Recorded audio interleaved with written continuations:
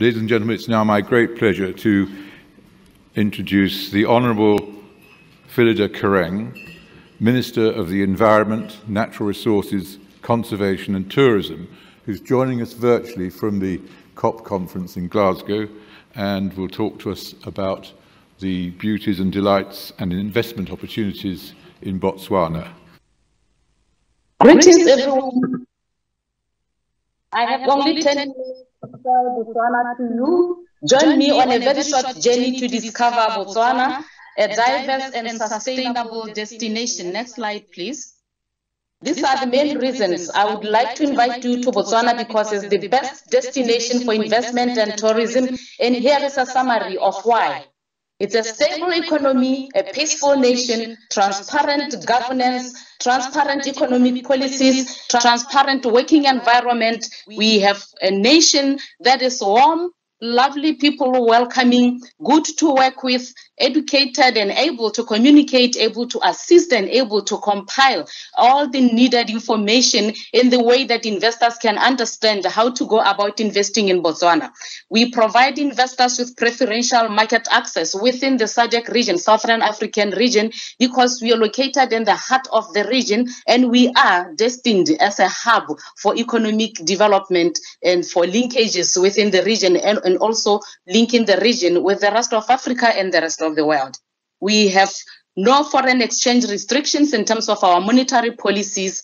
We have incentives for investors, including access to land, access to partnership with locals. We have got land resources. We've got investment opportunities that are waiting to be exploited because we are a destination that is on the mode of growth that has got a lot of, various options, for investment. We are proud to be a competitive economy. We are proud to be one of South Africa's strong macroeconomic, development and environments. Africa's fourth investment destination by a Quantum Global Group in terms of rating. We have organized business frameworks where we designate investment opportunities around, where the resources are. And like mining, we have economic zones that are designated for different operations. We are a corrupt-free, not so much, no, not so fully, but we have zero tolerance for corruption. So we have a working environment, a strong institutional framework that allows for transparency and ease of doing business. Next slide, please. In terms of the country position, I think I've just mentioned we are in the heart of Southern Africa and we are opportuned to be having the opportunity to be the hub of the region and also a linkage, between the region and the rest of Africa. Let's have the next slide. The general policy framework that advances tourism, because I'm going to start with why you should come and do investment in the tourism sector.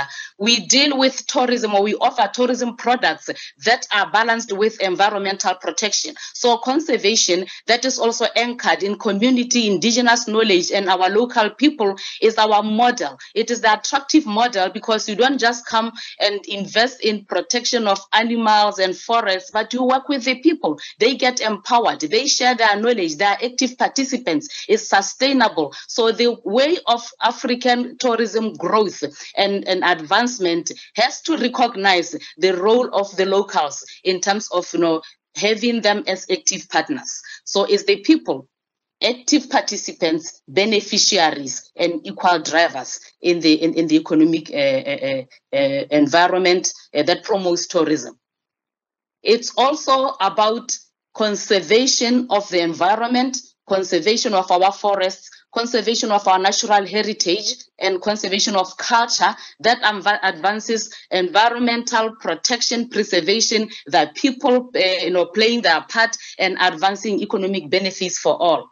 And we are advancing economic growth by exploring new opportunities that I'm going to talk about as I continue. Where are we finding new opportunities in terms of new areas, virgin areas that have not been exploited, that you can prepare yourself to be the first active partners, with Botswana to develop such.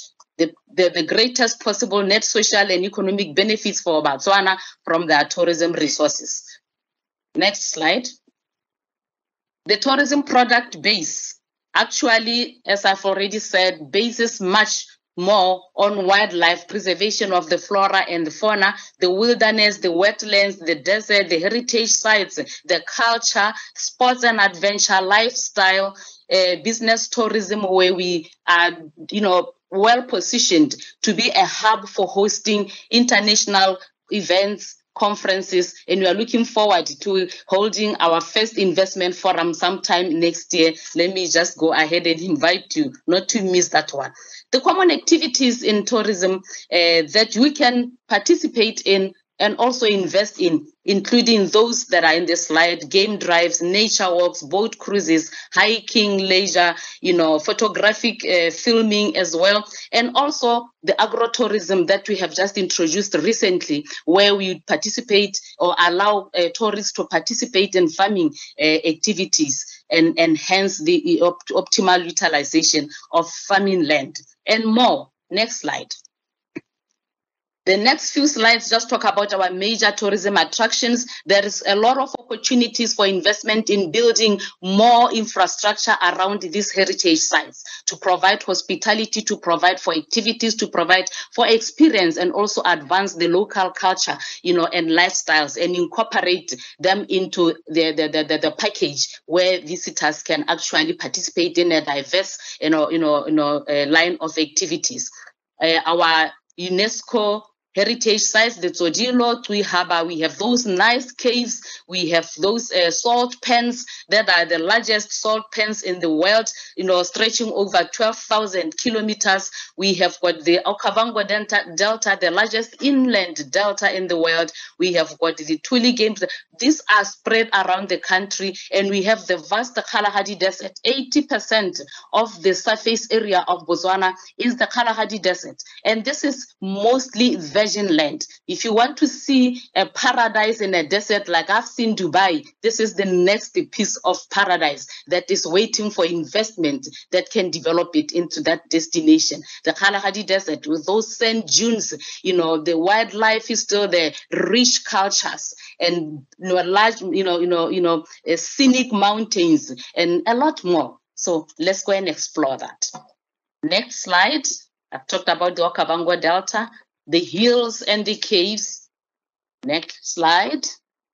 The national parks. We've got our national parks, and we host the largest population of African elephants. You can have more than enough of that. We can invest more on photographic tourism. We can invest more on filming, on documentaries, and all that can sell as an investor interested in that. The Makgadikgadi salt pans also, all these areas, they offer enough land that we have decided that we will make available for investors to come build hotels, campsites, and all the other infrastructure that is required. Next slide. Next slide. I want to skip that. And what sets us apart, I think I've already touched on that. Accessibility, we are well accessible. We have a booming charter sector, air flight and air access. In terms of facilitating investors, we have got financial and monetary policies in terms of the tax environment that allows you to trade without any hindrances and any restrictions in terms of moving your profits outside the country and so forth.